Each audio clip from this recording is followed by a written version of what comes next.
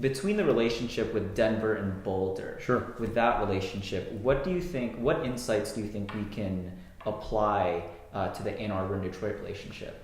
So I think the interesting thing about Boulder and Denver is Denver's got, I think, 900,000 people. And that's just core city. When you figure the suburbs, it's 2 or 3 million. Boulder has 100,000 people. And when I moved to Boulder in 2006, 95% of the startup activity was in Boulder.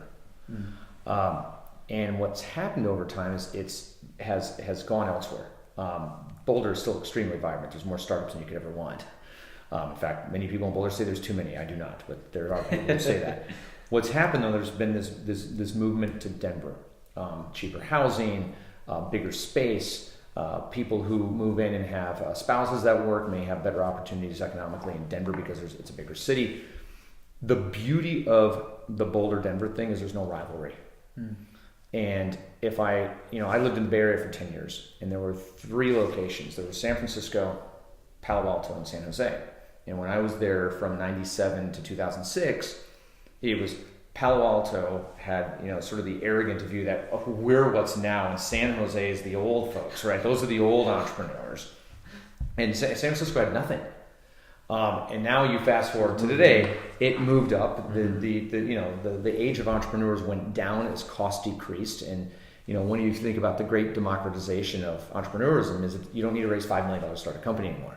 So younger people want to live in cities. They live in San Francisco. So now San Jose is like, I don't know what San Jose is, and Palo Alto is the old folks, and all the new hip people are in San Francisco. But there is a rivalry. It's not a tough rivalry. When I look at Michigan, I actually think it's more like Los Angeles or Southern California. There were these turf wars between downtown LA, Santa Monica. There was, a third location, I forget where, but they were vying to be the startup capital of Southern California. And I was like, guys, this is stupid. You're trying to divide up a pot of nothing. Yeah. Having 100% of zero is still zero. True. And interestingly, it's sort of fallen now to where Santa Monica is the hub, although there's some stuff in downtown. I've been very disappointed in the Ann Arbor-Detroit rivalry. Yeah. There is a clear rivalry. It has decreased over the years, but I'll tell you, I mean, the politics and the we're the startup hub. No, we're the startup hub. We're the startup hub. I believe that Ann Arbor and Detroit are close enough that you can sort of combine that, and that I'm a 2-time Michigan grad. Spent a lot of time in Ann Arbor. Love the place to death, but there's some arrogance there, right? We're smarter. We're Michigan. Blah blah blah. But there's also some sense of entitlement there. Whereas Detroit, I find, has very little entitlement. These people just want to work, and I don't think Detroit or Ann Arbor should care.